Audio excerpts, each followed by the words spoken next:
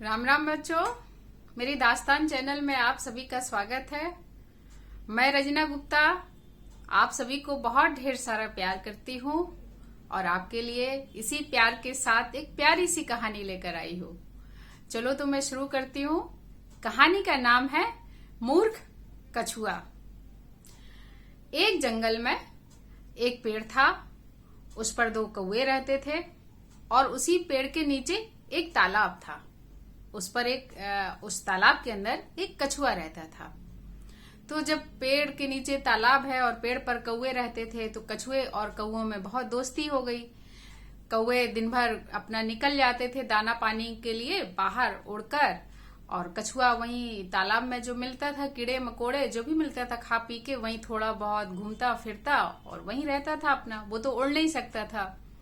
लेकिन जब शाम को कौवे लौटते थे तो वो कछुए को अपनी बातें बताते थे कि आज हम इधर गए, आज हम इस शहर गए, आज हम यहाँ तक कई कई दिन बाद आते थे, इस देश गए।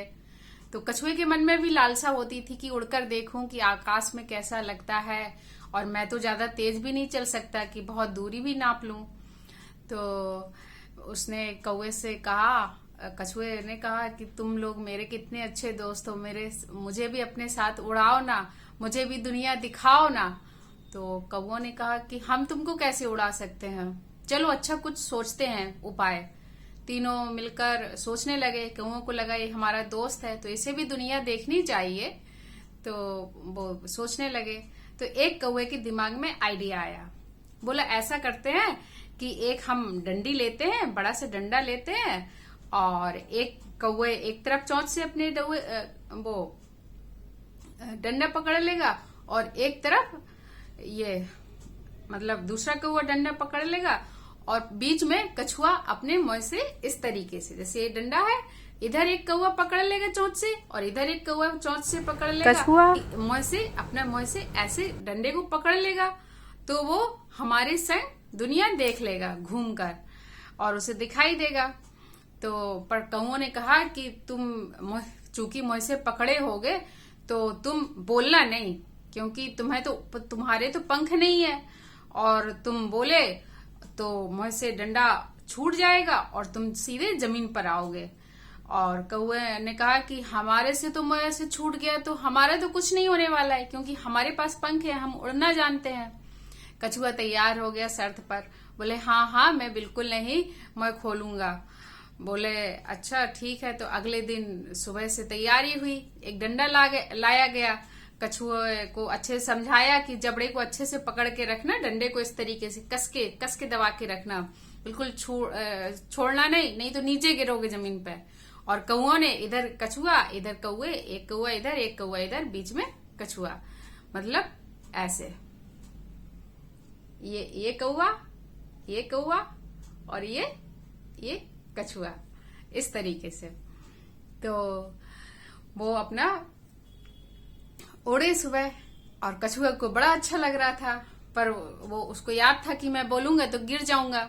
पर क्या करे, अब उसे तो आदत नहीं थी ना कि ऐसा मतलब मैं बोलूंगा। तो ये पहली बार उसके साथ हो रहा था। तो बड़ा खुश था, पर वो जाहिर नहीं कर पा रहा था, पर वो क्लैप क्लैप हाथों से कर रहा था, मुंह से अपना जबड़े से डंडे को अच्छे से पकड़े हुए था। एक गांव से निकल रहे थे तो उधर 4-5 आदमी बैठे थे एक चौपाल पर, और कुछ बच्चे खेल रहे थे। तो एक बच्चे की नजर पड़ी तो उसने कहा अरे कछुआ उड़ रहा है, कछुआ उड़ रहा है, देखो देखो कछुआ उड़ रहा है। तो आदमियों ने भी देखा, बोले अरे वाह कछुआ उड़ रहा है, क्या दोस्ती है कौवे और कछुए में। तो उसमें से एक आदमी ने कहा कछुआ बड़ा मोटा ताजा लग रहा है, लगता है किसी जंगल के अच्छे से तालाब में जहां इसको खूब खाने पीने को मिलता होगा वहीं से आया है। काश ये जमीन में गिर जाए तो हमें कितना अच्छा ताजा ताजा मांस खाने को मिले कछुए का। तो कछुए ने सुना जैसे ही, तो उसने सोचा अगर मैं तालाब में होता तो ये लोग मुझे पकड़ के मार देते और मेरा मांस खाते। तो वो भूल गया कि कौओं ने क्या कहा था। वो बड़ी खुशी से बोल पड़ा कछुआ, अरे रे रे कैसे खाओगे, मैं तो उड़ रहा हूँ, लो पकड़ो मुझे। और इतना ही कहने की उसने कोशिश की, कहना ये चाह रहा था, मगर जैसे ही मुंह खोला और वो धड़ाम से नीचे गिरा और कछुआ गिर गया, मर गया।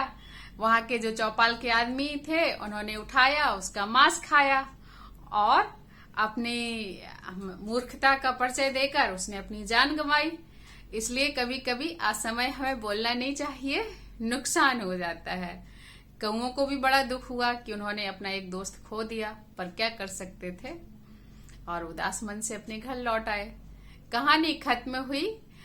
और बच्चों कैसी लगी कहानी? कमेंट्स करके जरूर बताना कहानी अच्छी लगी हो। Bye bye.